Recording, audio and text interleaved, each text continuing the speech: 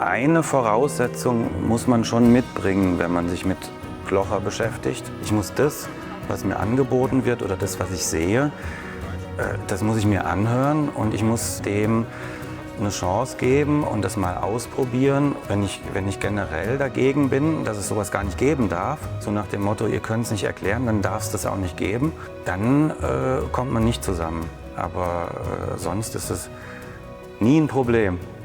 Vor allem sage ich da immer gern mal dazu, jetzt schon 45 Jahre mit Hokuspokus zu existieren, das ist ja auch, also wäre ja auch genial, ne? So.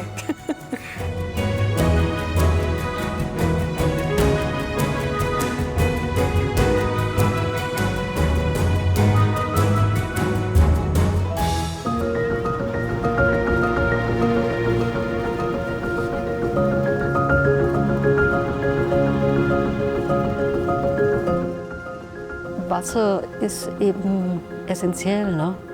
Wir brauchen alles, Leben spielt sich im Wasser ab.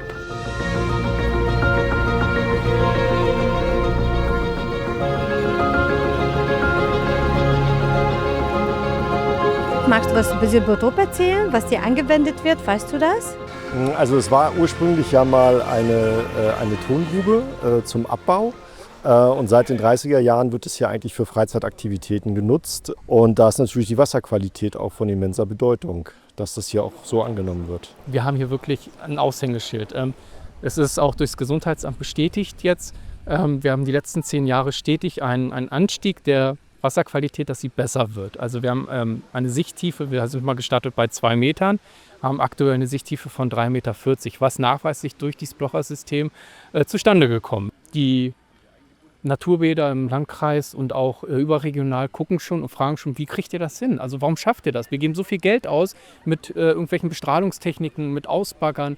Warum kriegt ihr das so hin? Und dann verweisen wir da drauf, dann gucken wir immer in erstaunte Augen, das geht doch gar nicht. Also es ist wirklich nachweislich in den letzten 10 Jahren ausgezeichnet. Also es gibt kein besseres Wasser hier in der Gegend.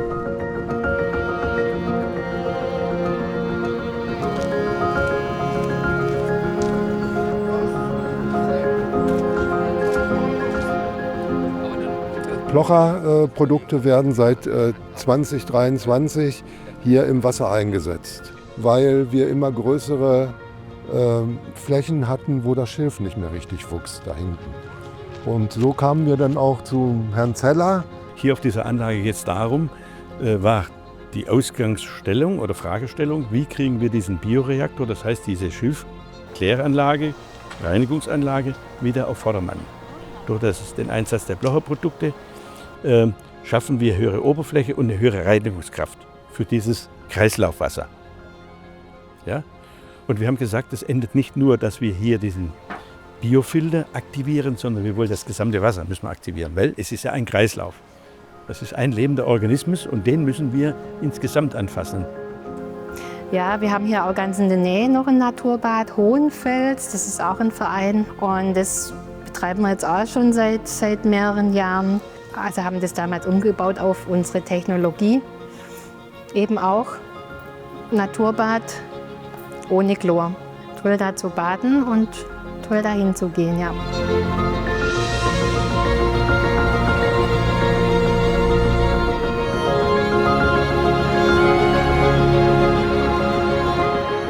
Hatte früher ein Chlorbad, dann konnte das die Gemeinde nicht mehr bewerkstelligen. Deshalb haben wir das dann nach 2 Jahren einen Verein gegründet und umgebaut zu einem Naturbad. Und jetzt sind wir eigentlich ganz froh, dass wir unser Naturbad haben. Und die Firma Blocher haben wir da kennengelernt. Da hat einer, wo in der Stadt Überlingen schafft, vom Herrn Blocher gehört, von der Wasserreinigung, allem drum und dran. Und dann haben wir ihn mal gefragt, ob er mal vorbeikommen kann und haben ihn auch kennengelernt. Und das war, also die Freundschaft das war gigantisch. Und er hat mir natürlich auch erklärt, warum das so ist, warum die Wasserreinigung so geht. Er sagt auch, Wasser fließt über Stein, so wird es rein. Und das ist ja eine Weisheit von jeher. Man sieht es in den Bergen, in jedem Bachlauf, da ist klares Wasser.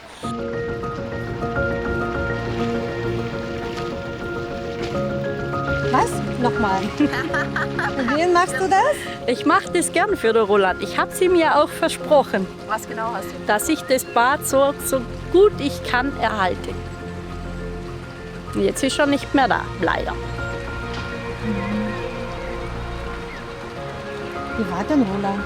Sie persönlich gekannt dann, ja? Ja, oder? klar. Wir sind da auf dem Bank geguckt und haben immer abends so ein bisschen übers Wasser und über die Fläche geguckt.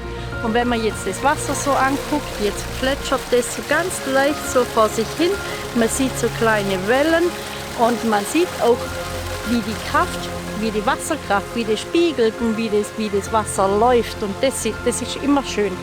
Und wenn man da so, wenn es dann so glänzend drüber geht und wenn es so einen Stahlglanz kriegt, dann weiß ich, das Wasser ist in Ordnung.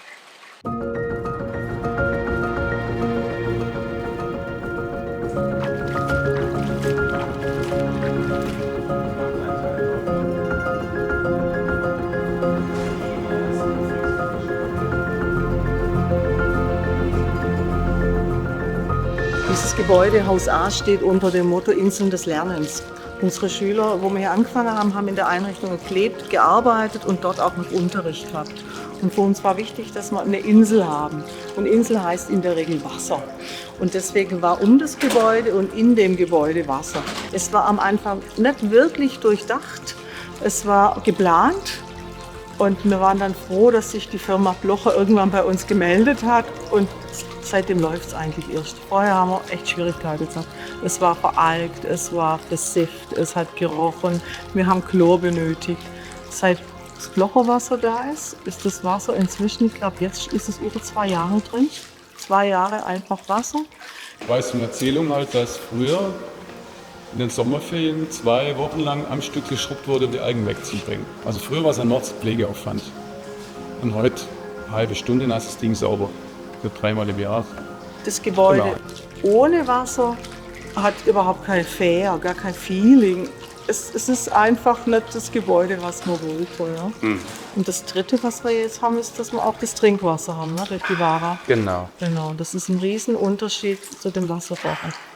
Also ich weiß nicht, wie es funktioniert, aber ich merke, dass es funktioniert. Das finde ich so das Beeindruckende an der Sache. Ne? Für uns hat es auch ganz besondere Qualität, weil so kleine Biotope, so ein innenliegendes Wasserspiel, jetzt mit Pflanzen und Fischen, das hat normalerweise einen hohen Pflegeaufwand, es kommen Algen, man hat seine Schwierigkeiten und dass es so schön funktioniert mit so einem kristallklaren Wasser, was so richtig vibriert da hinten, kann man wirklich sagen, es ist eine wahre Freude.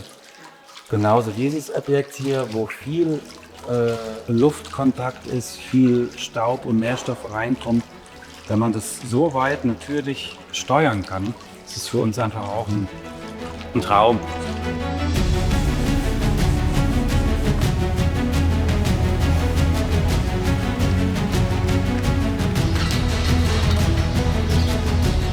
Klar, Flüssighumus verwenden wir im Stall und das wird dann einmal in der Woche oder 2-mal wird das dann entweder mit der Sprenkleranlage oder mit dem Akkusprüher vernebelt.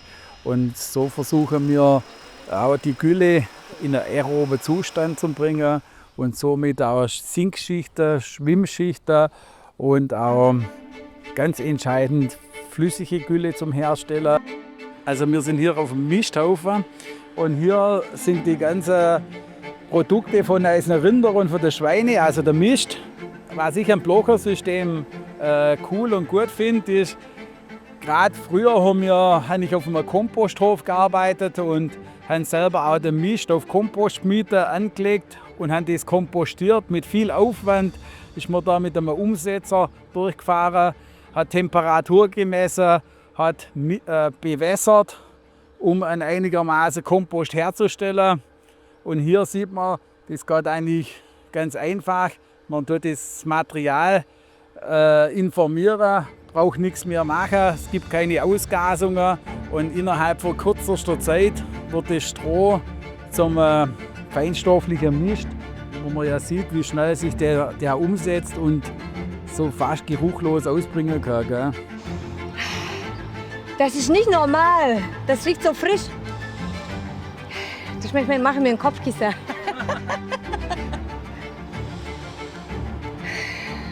Also das sieht wie so Mist, da habe ich Angst jetzt zu riechen eigentlich. Aber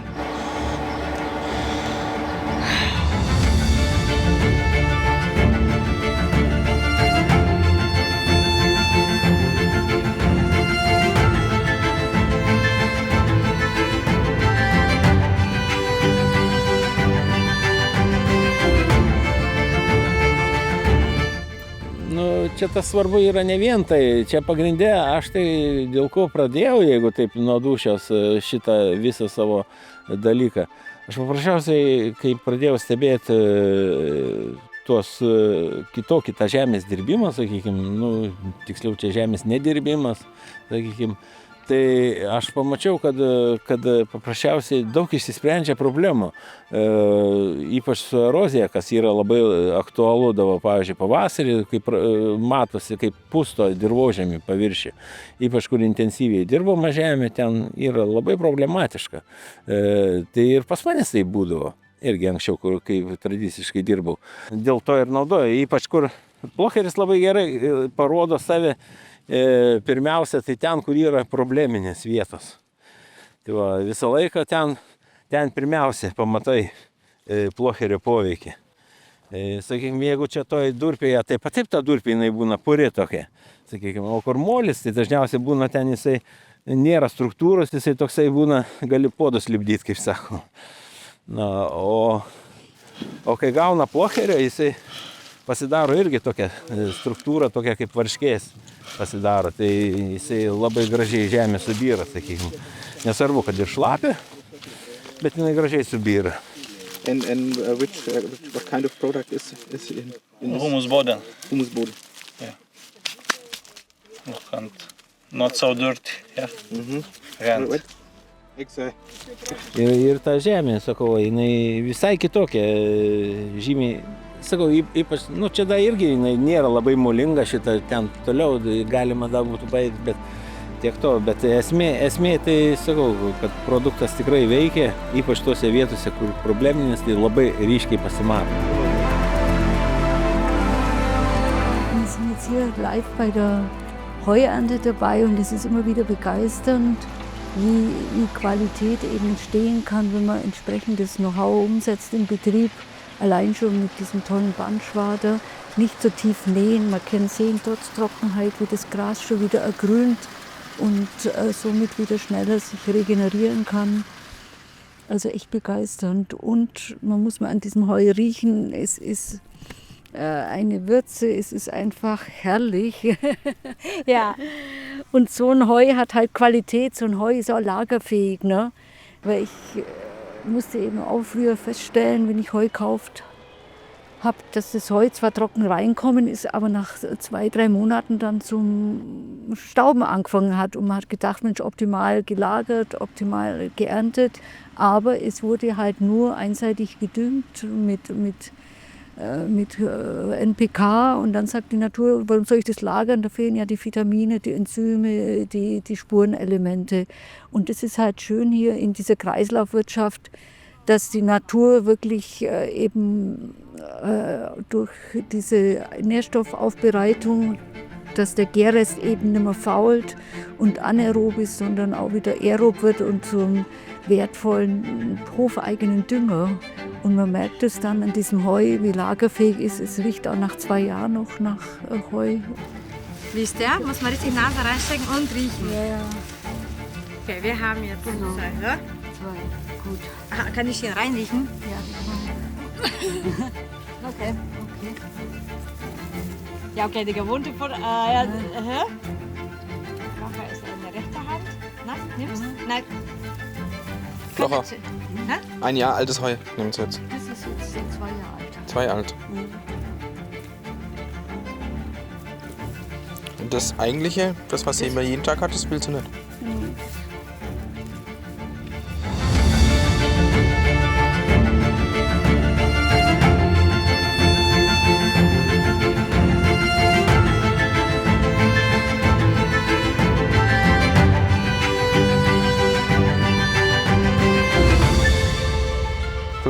Jahre die Landwirte geholfen, integriert, nachhaltiger umzusetzen, sich von der Chemie zu befreien, zu lösen. wieder in den natürlichen Kreislauf zu kommen.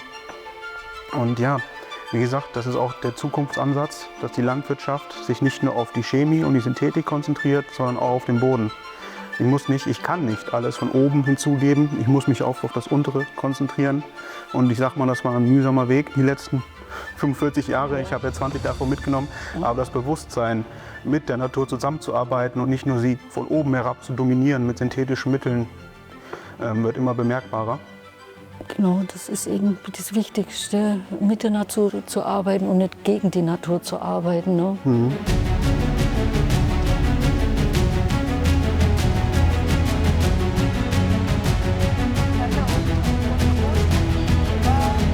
Wir haben schon mal Leute getroffen, die sagen, Plocher Hokuspokus. Wie ist deine Perspektive dazu? Ich glaube, dass viele Hokuspokus sagen, weil sie keine Erklärung dafür haben, wie es funktioniert. Die Erklärung habe ich auch nicht. Ich weiß auch nicht, wie Plocher funktioniert, aber ich weiß, dass es funktioniert. Weil diese Merkmale mit dem Boden, mit der Veränderung von der Kartoffel, dass man sie einfach lang essen kann, das zeigt mir einfach, dass es funktioniert. Weil sonst hätte man es ja wie vorher auch, dass man die Kartoffel erst bis März, April essen kann. Und für mich ist das jetzt nicht relevant, ob das Hokuspokus ist oder ob das informiert ist. Für mich ist es wichtig, dass es funktioniert. Was würdest du für die Plocherverweigerer sagen? Für die Plocherverweigerer kann ich nicht sprechen. Das finde ich schade, dass die sich das entgehen lassen, wie man mit einfachen Mitteln so viel Gutes hervorheben kann.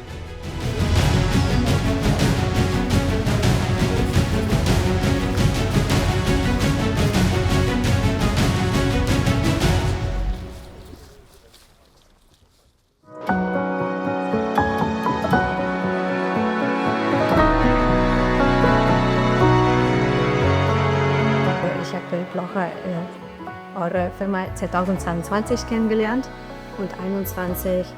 Oktober war Roland nicht mehr da.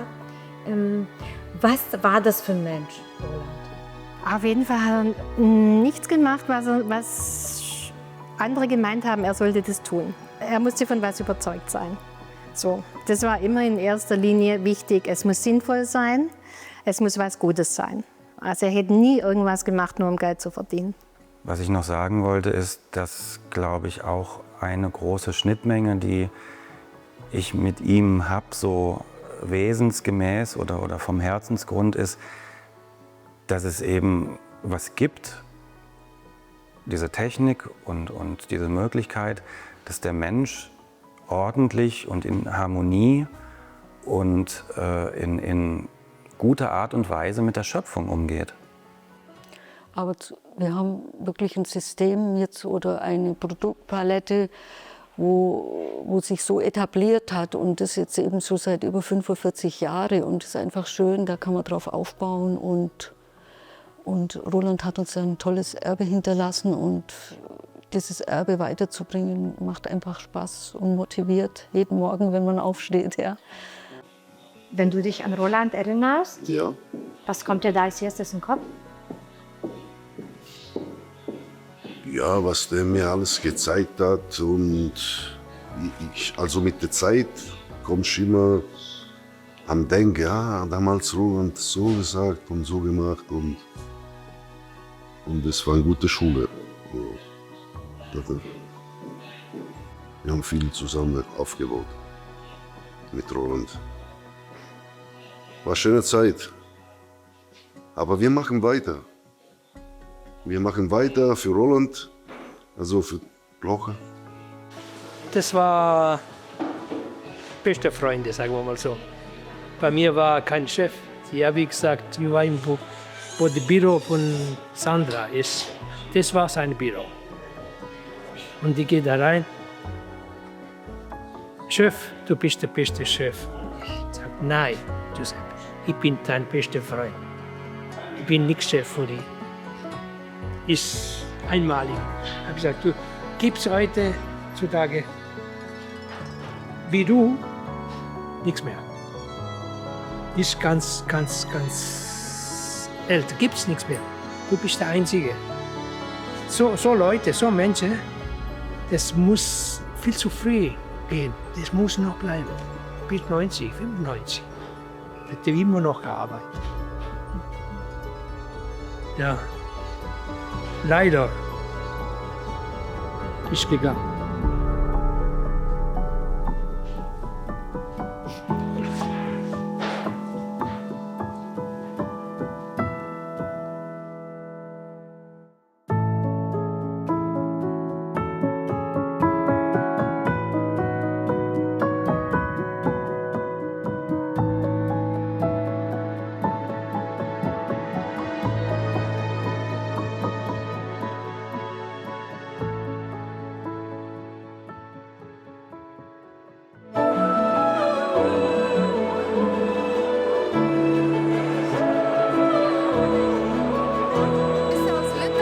Der Firma geht's gut, das ist wichtig, ne? Aber es wäre natürlich schön, wenn wir weiterkommen würden. Und gerade wenn man jetzt sieht, diese Probleme mit der Gülle, dass die Bauern wirklich schon depressiv werden, weil sie keine Lösungen finden, weil sie so viele Auflagen kriegen, weil sie ihre Betriebe das gar nicht mehr wuppen können, diese schweren Maschinen und diese Abhängigkeit dann von irgendeinem Lohnunternehmer. Nee, und wir sind auch dankbar, dass wir so einen stabilen Firmenkern haben und dass wir uns da durch keine Einflüsse von innen oder außen aus der Bahn haben werfen lassen. Und wir garantieren das auch für die Zukunft. Und da können wir doch noch mal 45 Jahre feiern. Und dann treffen wir uns zum 90. nochmal. Und dann gucken wir zurück auf das Video und dann schauen wir mal, was wir damals gesagt haben. Ob sich unsere Aussagen immer noch das gleiche Thema ist. Weil das, worüber wir jetzt 45 Jahre später sprechen, ist nichts Neues, sondern ist schon seit 30 Jahren ein Thema.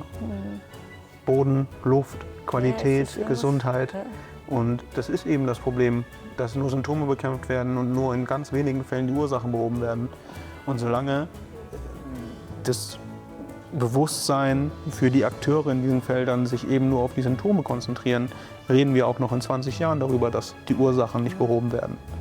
Und da sehen wir auch unsere Aufgabe als Auftrag für die Natur, für die Umwelt, für die Mitwelt, Plocher einzusetzen, um die Ursachen zu beheben.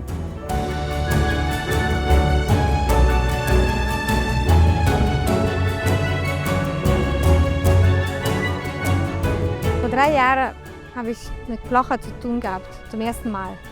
Und habe jetzt echt 3 Jahre lang gebraucht, überhaupt einigermaßen Übersicht oder zu verstehen, was das ist.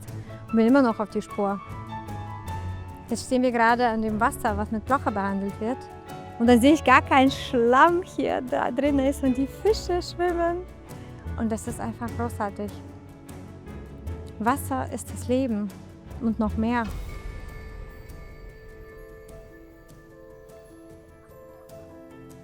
Es gibt aber so ein gutes Gefühl zum Durchatmen hier. So viel Liebe, so viele Menschen. Und nur durch Verständnis von den Menschen kann die Natur thriving, ich weiß nicht, ob deutsches Wort, kann die Natur nur leben. Wasser ist das Leben, Plocher bringt das Leben, Naturgesetze beachten. Viktor Schauberger sagte schon, und auch Roland Plocher, Natur kapieren und kopieren.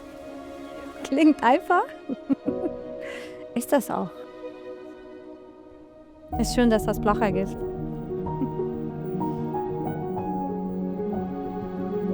Also ein Spruch von Roland war immer, wenn er dann berichtet hat und wenn er dann Zeugnis gegeben hat und voller Begeisterung erzählt hat, dann hat er immer gesagt, und jetzt seid ihr dran.